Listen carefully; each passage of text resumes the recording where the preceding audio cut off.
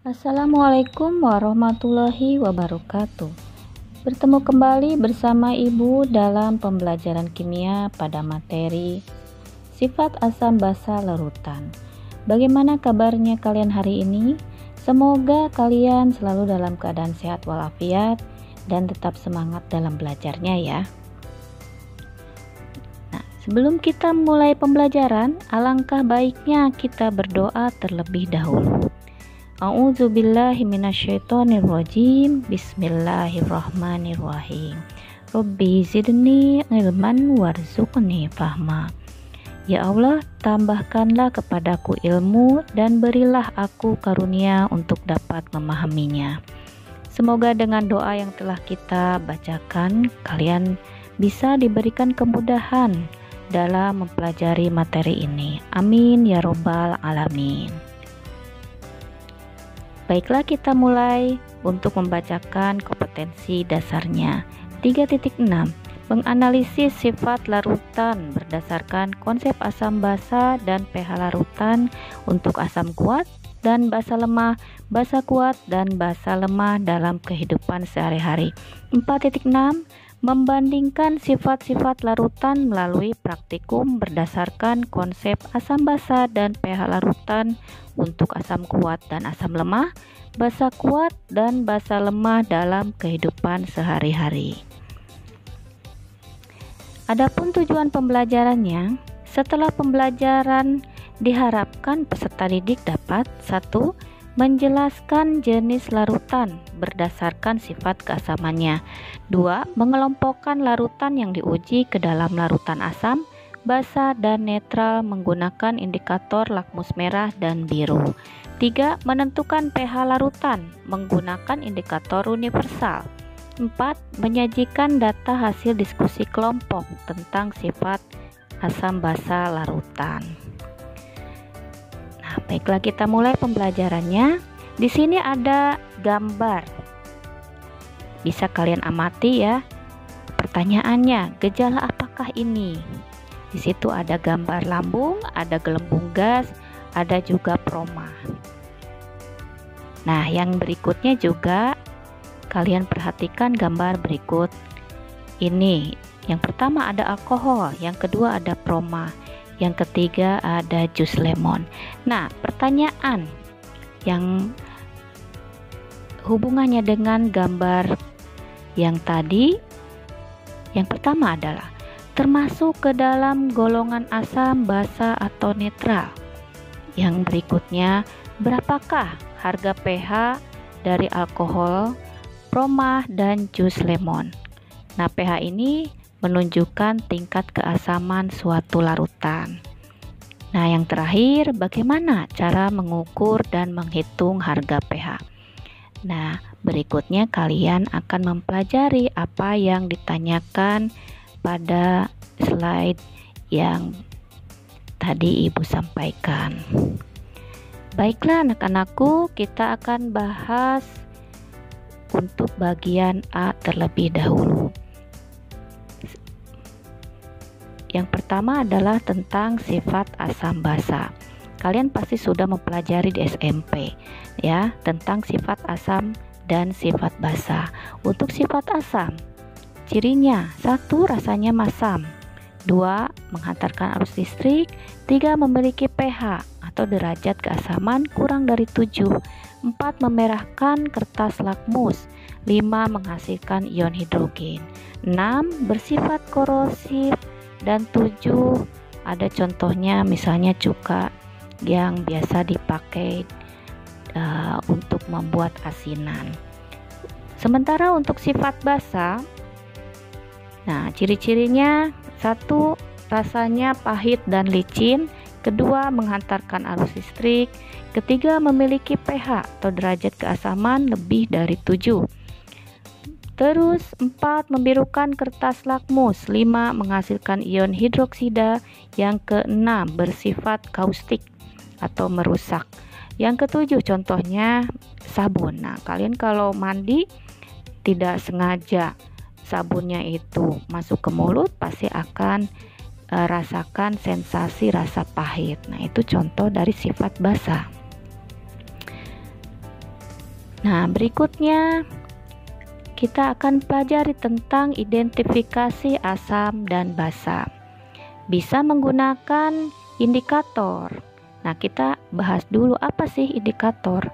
Indikator asam basa adalah suatu zat yang memberikan warna berbeda atau tertentu pada larutan asam, basa, atau netral. Nah, yang akan dibahas pertama yaitu indikator kertas lakmus merah dan biru. Di sini ada contoh ya. Kalian lihat di sini lakmus merah. Jika dicelupkan ke suatu larutan kemudian berubah menjadi warna biru, maka jika reaksinya seperti berikut, maka senyawa tersebut bersifat basa. Yang berikutnya, kertas lakmus biru berubah saat dicelupkan menjadi berwarna merah, maka kesimpulannya larutan tersebut bersifat asam. Nah, di situ ada contoh ya. Ada larutan asam, ada larutan netral, ada larutan basa. Kalau asam, lakmus merah dan biru itu semuanya akan berubah menjadi berwarna merah. Kalau larutan netral, lakmus merah dan biru jika dicelupkan ke larutan tersebut tidak akan mengalami perubahan, jadi warnanya tetap.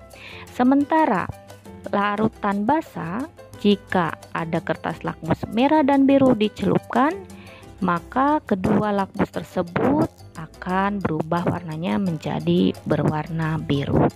Bisa kalian pahami ya? Nah, nanti dipraktikkan dalam pembelajaran tatap muka. Baiklah, kita bahas indikator yang kedua yaitu indikator asam basa. Ini biasanya terdapat di laboratorium yang termasuk indikator asam basa. Nah, contoh di sini yang akan dijelaskan indikator fenolftalin, bromtimol biru, metil merah, dan metil jingga. Nah, indikator-indikator ini akan memiliki warna tertentu jika dimasukkan ke dalam larutan asam, larutan basa, atau larutan netral. Contoh, fenolftalin jika dimasukkan ke dalam larutan asam, maka tidak akan berwarna. Jadi sifatnya tidak berwarna. Tapi jika dicampurkan dengan larutan basa, maka akan menghasilkan warna merah muda. Dan jika dimasukkan ke dalam larutan netral, maka tidak berwarna. Sementara bromtimol biru jika dicampurkan dengan larutan asam akan menghasilkan warna kuning. Jika dicampurkan dengan larutan basa akan menghasilkan warna biru. Jika dicampurkan dengan larutan netral akan menghasilkan warna biru. Untuk metil merah, jika bercampur dengan larutan asam berwarna merah, jika dengan basa berwarna kuning, jika dengan netral berwarna kuning. Nah, untuk metil jingga dengan larutan asam berwarna merah, dengan larutan basa berwarna kuning, dengan larutan netral berwarna kuning. Yang ketiga yaitu indikator alam. Nah, berarti ini indikator yang ada dalam alam sekitar ya. Biasanya di sini ada dari bunga, ada juga dari rempah-rempah. Nah, contohnya misalnya kalau dari bunga-bunga, bunga sepatu, bunga bougainville, dan kulit manggis. Ini ciri-cirinya itu bahan alamnya memiliki warna. Nah, selain itu misalnya juga dari sayuran, ada kubis ungu. Dari rempah misalnya kunyit. Terus ada juga dari bunga pacar air. Nah, semuanya memiliki warna tertentu. Dan jika dicampurkan dengan yang asam, netral atau basa memiliki warna yang tertentu. Nah, bagian yang ketiga, kalian akan mempelajari tentang pH larutan dan cara pengukuran pH larutan. Nah, kita bahas dulu apa sih pH larutan. Nah, pH larutan adalah menyatakan derajat atau tingkat keasaman larutan. Nilai pH. Nah, cara untuk menghitung larutan asam itu dengan cara rumus pH sama dengan negatif log ion H+. Larutan basa, cara untuk menentukan pOH-nya sama dengan negatif log OH-. Nah, rumusan ini kalian akan pelajari di materi setelah materi ini. Jadi menentukan nilai pH dalam perhitungan keasaman larutan. Untuk skala pH, nah kalian harus tahu di sini ya bahwa pH ini menunjukkan tingkat keasaman suatu larutan. Nilainya di sini ada yang kurang dari 7, ada yang sama dengan 7, dan ada yang lebih dari 7. Misal, ada suatu larutan nilainya pH-nya 2. Nah, kalian lihat di sini. Kalau 2 berarti lebih kecil dari 7, berarti sifat larutan tersebut adalah asam. Nah, contoh yang kedua, misalnya suatu larutan pas diuji dengan alat pH meter ternyata nilainya 7. Nah, berarti kesimpulannya larutan tersebut pH-nya 7 atau bersifat netral. Nah, contoh yang berikutnya yang ketiga, misalnya pas diukur ternyata menunjukkan angka di atas 7, misalnya 8 atau 14. Nah, berarti kesimpulannya larutan tersebut bersifat basa. Nah, yang sudah Ibu uraikan, mudah-mudahan kalian bisa paham ya. Baiklah. Di sini ada cara untuk pengukuran pH dari larutan indikator. Nah, di sini ada warna-warna ya, banyak sekali warna. Di sini contohnya ada warna kuning. Nah, kuning di larutan indikator menunjukkan pH 6. Nah, terus ada juga suatu alat namanya kertas indikator universal. Nah, ini bisa dibeli di toko alat kimia. Gambarnya seperti ini ya. Namanya kertas pH dan kertas indikator universal. Kertas pH ada, nah petunjuknya juga ada. Tinggal dicocokkan dengan warna yang ada di petunjuknya.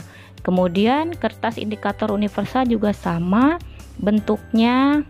Di situ tinggal ada alatnya, dicelupkan ke larutan yang akan diuji, terus dicocokkan ke skala pH yang ada di tempat indikator universalnya. Kalian langsung akan menemukan berapa pH larutan yang kalian uji. Nah, alat yang lebih praktis lagi yaitu namanya pH meter. Ini tinggal mencelupkan alatnya, yaitu alat pH meter, celupkan ke dalam larutan yang akan dicari nilai pH-nya. Nah, nanti angkanya akan dimunculkan berupa angka tertentu ya, misalnya 6, 7, 8 dan seterusnya. Ini lebih praktis di antara indikator yang lain.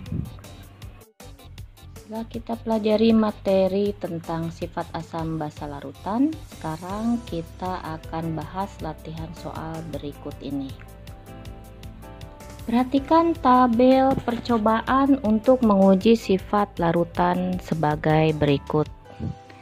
Ini, nah di sini ada tabelnya, larutan 1, 2, 3, 4, ada perubahan warna pada lakmus merah dan biru, dan ada juga data sifat larutan. Pertanyaannya, dari data hasil uji larutan 1, 2, 3, dan 4, maka data hasil uji yang tepat adalah A. 1 dan 2, B. 1 dan 3, C. 2 dan 2, D. 2 dan 4, E. 3 dan 4. Nah, mari kita bahas bersama-sama ya di sini untuk larutan yang ke-1. Kita lihat perubahan pada lakmus merah, warnanya tetap merah. Perubahan pada lakmus biru, warnanya merah. Sifat larutannya asam. Nah, menurut kalian apakah ini pengujiannya sesuai? Jadi semuanya hasil pengujian dengan lakmus merah dan biru, warnanya merah, maka sifatnya larutan tersebut asam. Betul ya? Maka larutan yang ke-1 datanya sudah sesuai. Kita bahas untuk larutan kedua. Pada lakmus merah menjadi biru, lakmus biru menjadi merah. Di sini keterangannya sifat larutannya asam. Tentu di sini untuk pengujian yang kedua datanya tidak sesuai ya. Kita lanjut data yang ketiga. Setelah ditambah lakmus merah, di sini warnanya menjadi biru. Setelah diuji dengan lakmus biru, warnanya menjadi biru. Di sini data sifat larutannya menurut data di sini bersifat basa. Biru bersifat basa. Nah, seperti yang sudah Ibu jelaskan bahwa kalau lakmus merah dan biru semuanya menjadi berwarna biru, maka sifat larutannya basa. Betul ya, di sini larutan yang ketiga sesuai. Untuk larutan keempat, setelah dicampur dengan lakmus merah, maka berubah menjadi merah. Lakmus biru, hasilnya jadi biru. Sifat larutannya di sini ditulisnya basa. Sesuai tidak? Ya, tidak sesuai tentunya ya. Di sini kalau merah dan biru tidak ada perubahan, tetap merah dan biru, maka sifat larutannya bukan basa tapi netral. Dengan demikian dari pemaparan yang tadi kita bahas bersama-sama, maka yang betul adalah larutan 1 dan 3. Berarti di sini jawabannya adalah yang B. Nah, setelah tadi kita bahas materi dan latihan soal, mari kita buat kesimpulan pada pembelajaran yang sudah kita bahas bersama-sama. Di sini asam dan basa kekuatannya dinyatakan dengan pH. Nah, dapat diukur dengan pertama menggunakan lakmus, yaitu lakmus merah dan biru. Yang kedua menggunakan indikator universal, bisa kita tahu pH-nya berapa. Dan yang ketiga menggunakan pH meter. Nah, berikutnya di sini ada tugas mandiri. Silahkan kalian kerjakan tugas di Texas Learning. Nanti ada bagian tugasnya, silahkan kalian buka, kerjakan di buku catatan dan dikirimkan kembali ke Texas Learning-nya. Demikian pemaparan dari materi yang sudah Ibu sampaikan. Terima kasih atas perhatian, kalian sudah mempelajarinya, semoga bermanfaat. Dan akhir kata, mari kita baca hamdalah bersama-sama. Alhamdulillahirabbil alamin. Sekian dari Ibu. Assalamualaikum warahmatullahi wabarakatuh.